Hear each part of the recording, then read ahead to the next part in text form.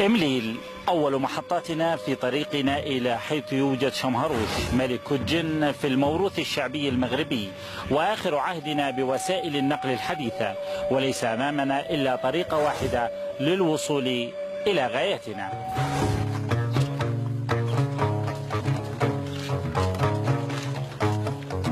تضاعف عدد فريقنا بعد الاستعانة بثلاثة بغال نشيطة تسلمت دفة القيادة لكونها أدرى بشعاب الجبال منا. ها نحن نطوي الأرض.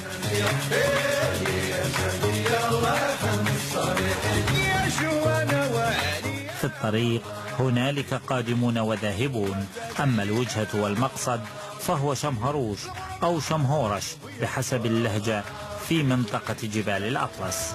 الحاج البقالي رجل في 70 من عمره أصر على أولاده أن علاجه لدى شمهروش.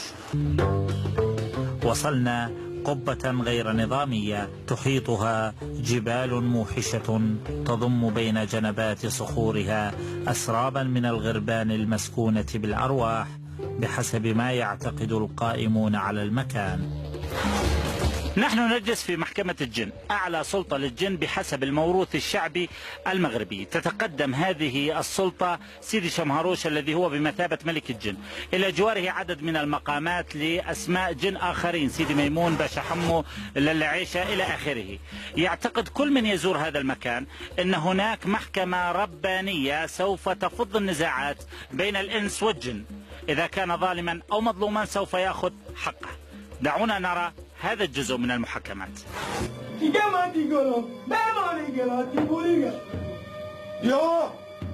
رسول الله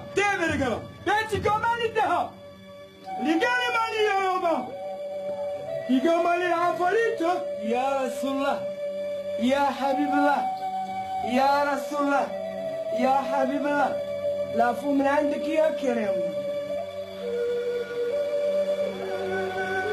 استقبلنا الحاج إبراهيم الحارس الشخصي لشمهروش وحاجب المحكمة العليا للجن، ودخلنا إلى بلاط شمهروش.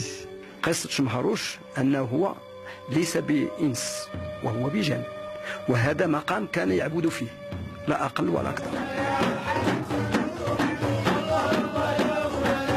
ولحسن الحظ فأن هنالك محكمة ستحدث، امرأة في نهاية عقدها الرابع من الإنس تقاضي جنا من دولة أفريقية احتل جسدها ظلما وبهتانا، لذا على المتضرر اللجوء إلى القضاء.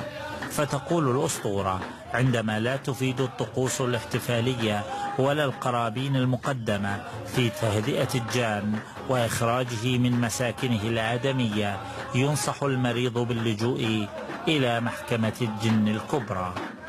أنا تيقولوا لي بأن عندك السودانيين، يعني هذاك الشيء ديال الجن قلنا هو كله جميع الأنواع السود عندك، يعني داخلين لك في الجسم ديالك، ومني تتقلقي يتعدى مثلا نشوف شي حاجه خايبه ولا شي صعيبه تيطلعوا لي اصوات ماشي ديالي. حتى بنتي صغيره ما قابليناش تعيش معايا، يعني تتاكل العصا عندي كثير، ما تتلقى راحه معايا، ممكن نقدر نقجها. الكل يؤكد هنا إننا في بلاط ملك الجن، وفي زوايا المكان يزعم الناس أن هنالك المزيد من مقامات الجن. اصطحبنا الحاج العربي إلى بلاط ابنة السلطان للعيشة، صخرتان عملاقتان وشلال ماء صغير وشموع توقد وتموت رفقة الأمل في بلاطها.